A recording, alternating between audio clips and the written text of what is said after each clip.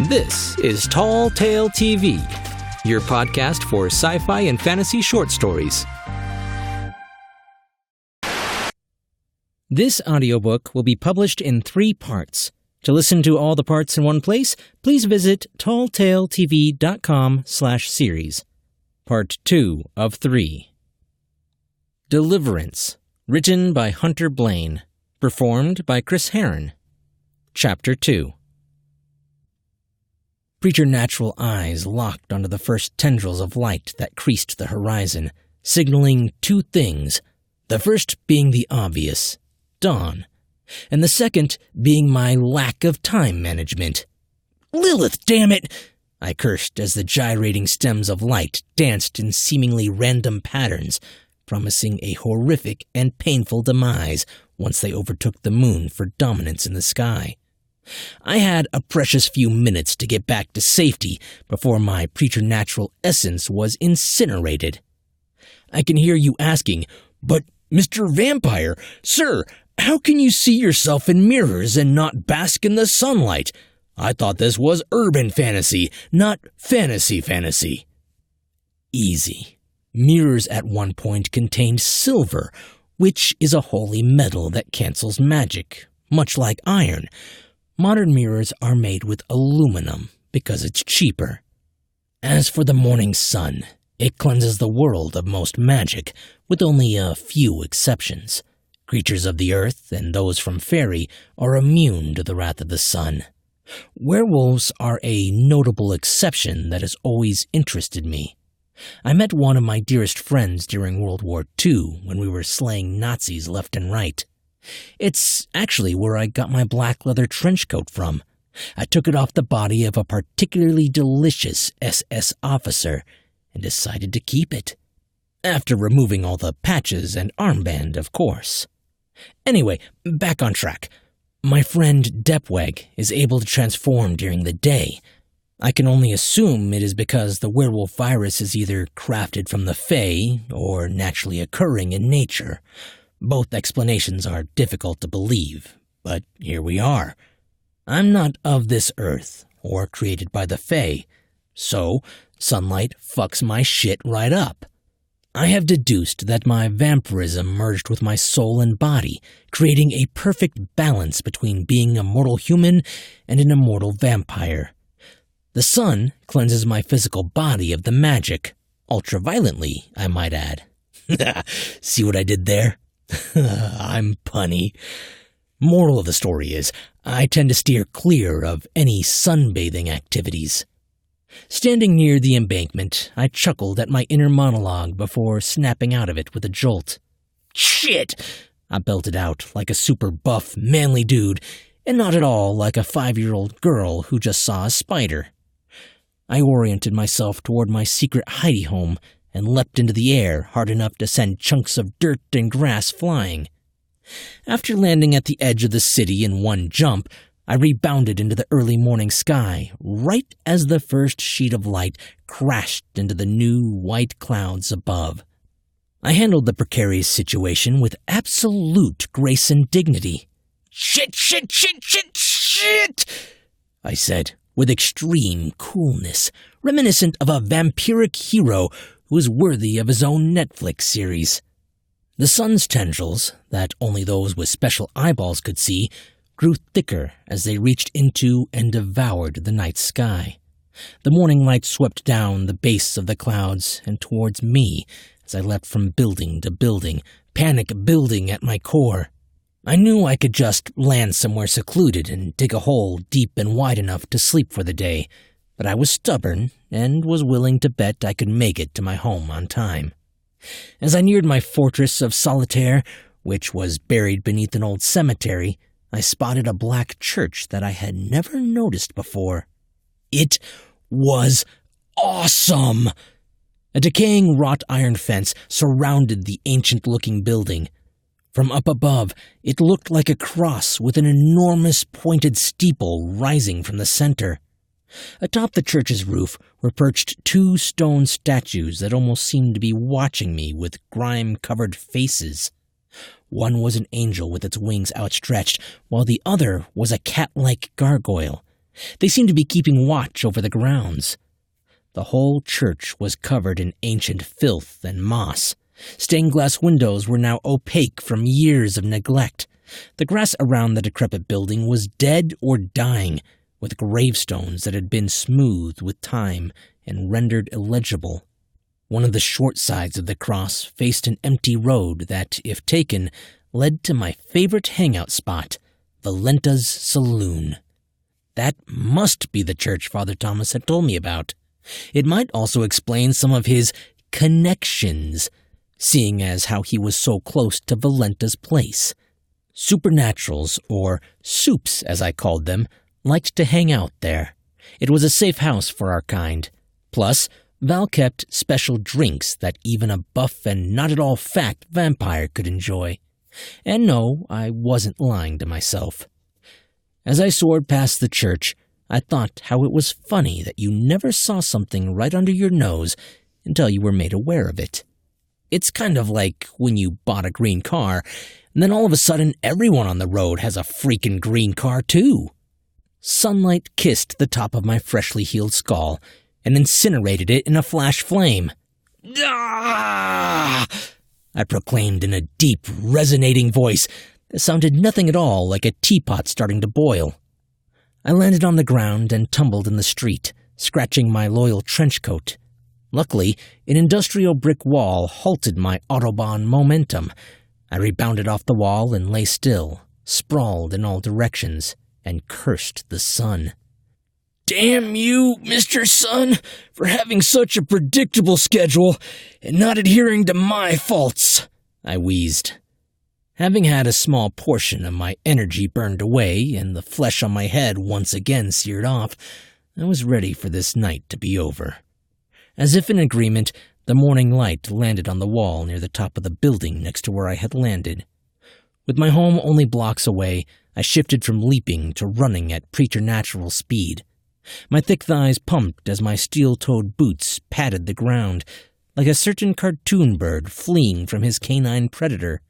I ran so fast that I would come across as a blur to any mortal I had passed, though a blast of wind coming from nowhere would have probably been uncomfortable. I had never broken the sound barrier, though, something about not being aerodynamic. I just assumed it was because all my bulging muscles kept me from going that fast. The cemetery came into view, and I sped through the open front gate into my mausoleum. Stepping to the door, I placed my hands on the cold marble and pushed inward, then to one side. It slid open, screeching in protest before I stepped inside and moved the stone door back in place. I lowered a titanium beam, securing the first entrance to my awesome lair. In the center of the mausoleum rested a marble coffin sitting atop a platform. I walked to it and lifted the heavy lid to reveal a staircase that descended into the earth. One of these days, I was going to put a super cool false panel on the wall and have a hydraulic system raise the second door. But I hadn't gotten around to it yet. As I followed the steps, I let the stone gently rest back into place before letting my super special eyes locate the wicks attached to the torches that stuck out every 5 feet or so from the earthen wall. I asked the molecules to excite, and the wicks ignited into ambient flames. Not that I needed the light, but it was fucking cool to do. 40 feet down was my home. I had procured used shipping containers from Florida and had them delivered with specific instructions to arrive at night. Using my handy-dandy blood energy, I had willed into existence giant shovel-like manifestations that looked like they belonged on the front of big yellow machines, and began digging. After placing each of the containers, I had quickly covered them with the massive amounts of clay that the Texas soil contained, before placing several feet of dirt on top. Afterward, I had dispersed the remaining dirt around the cemetery, so as to not attract attention from the lone employee. He was a young man, eager to do well in his new position by getting to work at sunup and not leaving until dusk. He even had a shack with running water and electricity. The next item on my to-do list was to siphon his resources and provide lighting to my underground lair. For now, my preternatural eyes and a few candles were more than enough to get the job done. "Duh, I'm home," I called out in dramatic TV fashion. "You need a watch, John." A cultured British voice came from the area we had designated as the living room. A propane camping lantern rose off a coffee table made from wooden pallets and floated toward me.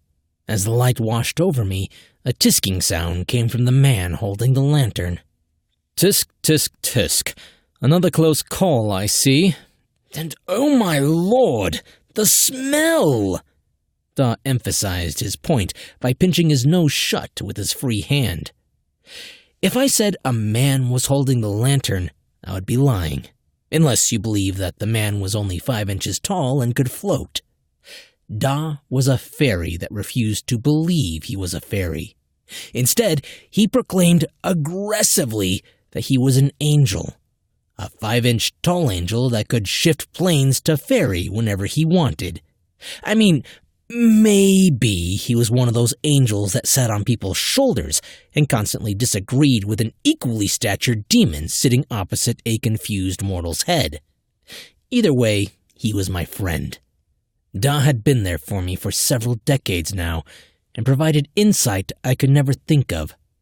I called him my devil's advocate, or Daw for short, because I refused to call him by his self-proclaimed angelic name, Raziel. It was a cool name, but I refused to cater to his delusions.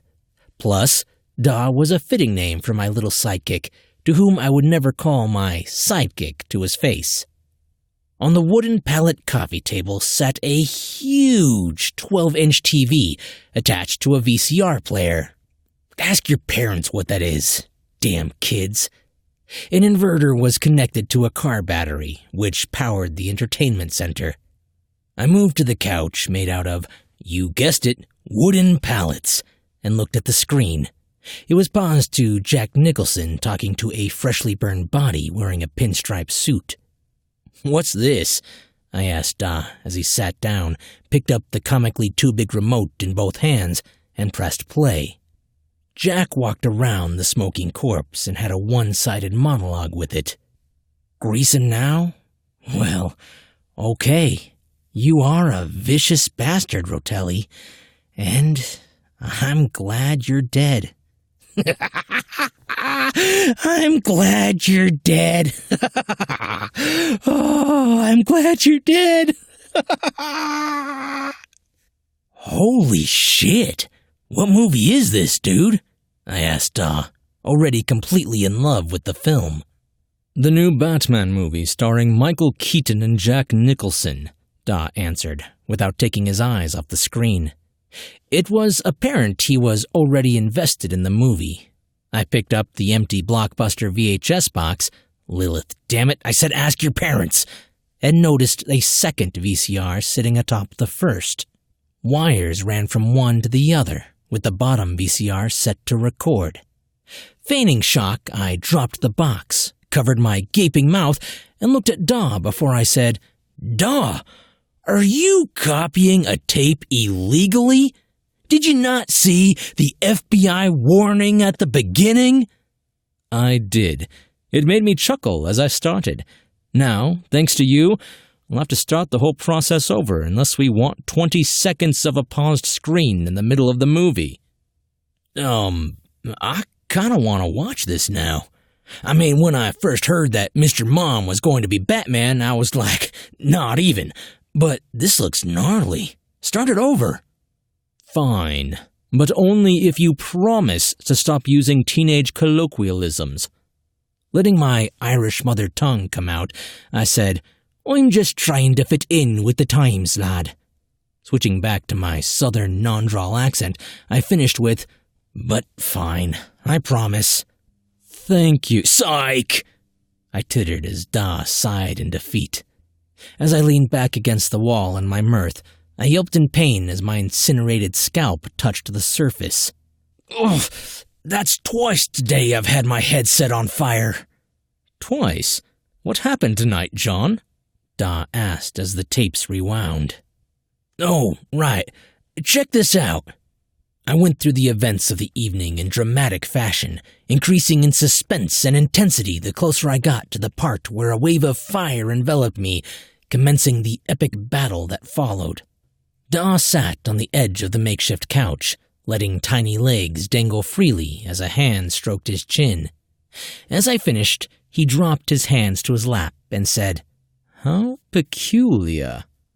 Daw thought for a moment and added, "You are confident he used heaven fire?" "I know what hellfire is, and this was not it. The flames were a very patriotic red, white, and blue, without any of the green that hellfire uses." "Well, this might be a sign then, John." Daw looked at me intensely while he spoke. "Maybe now you can actually use your gift for something other than yourself. A real chance to do the right thing." "Hey!" I barked. "I killed countless Nazis, scores of murderers, and some other unit of measurement of things that go bump in the night." "John," Daw began, his expression smoothing into one of legitimate concern. "You did those things because you enjoyed doing them. It is important that you realize that fact before undertaking an alliance with Father Thomas. I feel confident that he will be able to guide you in a way I never could." There was a hint of sadness in his voice, as if our time together had been wrought with fruitless trying on his part. I took a steadying breath, held it for a few moments, and let it out while I said, "You're right, Daw." Something hit me then, and I softened my voice before I said, "Thank you for all you've done. I'm only ready for this next step because you helped set the foundation on which it will be built. What's more, my friend, is you did so without asking anything in return." "I appreciate your kind words, John," Daw said openly, before smiling and adding, "I do hope that didn't hurt too badly." "I'm melting! Melting!" I pretended to screech. "Oh, what a world!" As if on cue, the sun fully rose into the morning sky, dropping the bottom out of my energy levels. I could stay up during the day if I was so inclined, but my strength was greatly diminished and my eyelids fought to embrace. Daw noticed my instantaneous change in demeanor and said, "Watch the movie tomorrow night?" Through a yawn, I said, "No, go ahead and make your copy. I know Blockbuster loves its late fees. I bet one day that'll bite him in the ass." "Hope not," Daw said. "I bought stock using your money." Daw was not only my friend, but also my accountant, financial investor, and seamstress. I couldn't even tell you how many times that tiny fairy had brought my trench coat back from the dead. "Good day, buddy," I said, as I stood up and dragged my feet to my room. At the moment, there was just a bookshelf with a hidden tunnel behind it, a dresser with some drawers, and a bed. Hidden under the bed was my iron coffin, which had served me well for centuries. Iron aided in preventing divination or curses from being used against me while I slept. I heaved the mattress up, which was supported by a homemade wooden frame. Wanna guess where I got the wood? And stepped into my resting place. The iron lid was attached to the wooden frame and sealed my coffin perfectly once set in place. I winced as my slowly healing skull touched my pillow. Once the lid was closed, I surrendered to the dawn and let myself be submerged under the calm surface of my consciousness.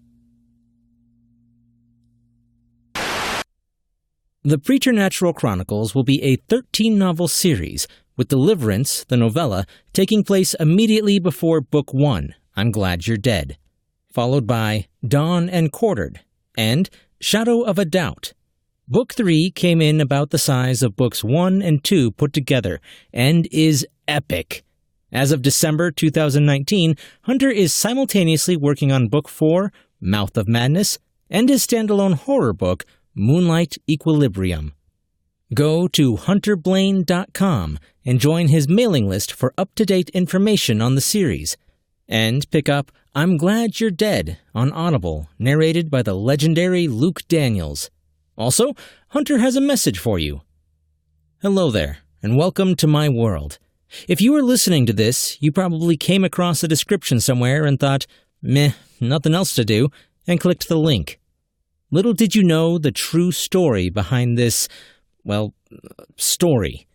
It begins with two best friends who grew up together, shaping each other's personalities into the assholes they are today. Well, at least one of them, but I'll get to that momentarily.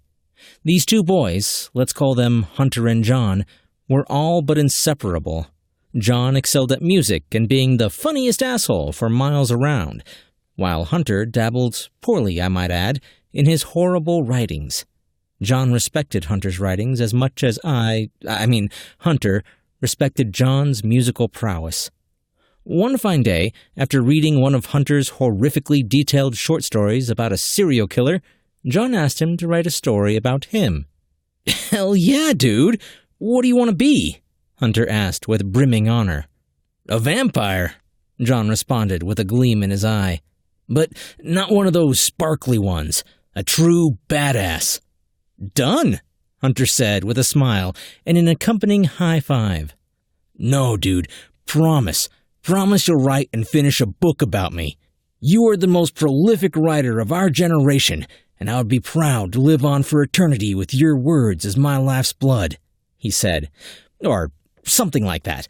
I might be paraphrasing a little bit, but you get the gist of it.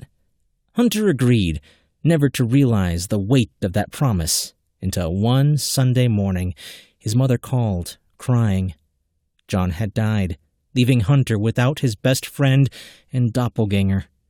Hunter still thinks about that moment to this day, how the morning light crept through the bedroom window while Hunter stared at the ceiling, noticing how the popcorn created jagged shadows.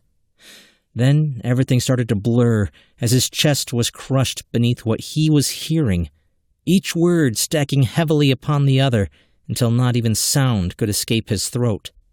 Only tears existed, and the horrific realization that Hunter had to make some of the hardest phone calls of his life to the circle of friends of which John was the center of.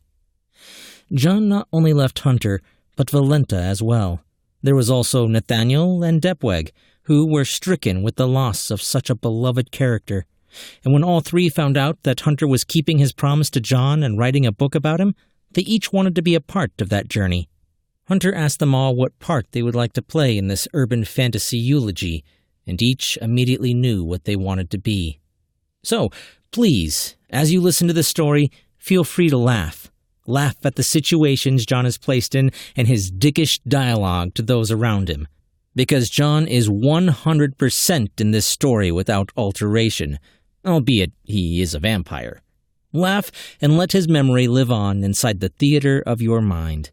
Thank you sincerely from the bottom of my beating heart for giving John the chance to live again. All right, that was part 2. Part 3 will be coming up this Monday, and it's going to be even longer than part 1, so be sure to be back for that. And again, I really urge you guys to nab a copy of this on Amazon or Audible. Luke Daniels is an incredible voice actor. If you liked my rendition of it, you're going to love his. But be sure to subscribe before you go. This show is available on YouTube, Facebook, and just about every podcast app out there. And if you're an author with a story and want to submit it to the show, head on over to talltaletv.com, where you can find my submission form. Thanks for listening. I'm Chris Herron, and that's it for today's Tall Tale TV.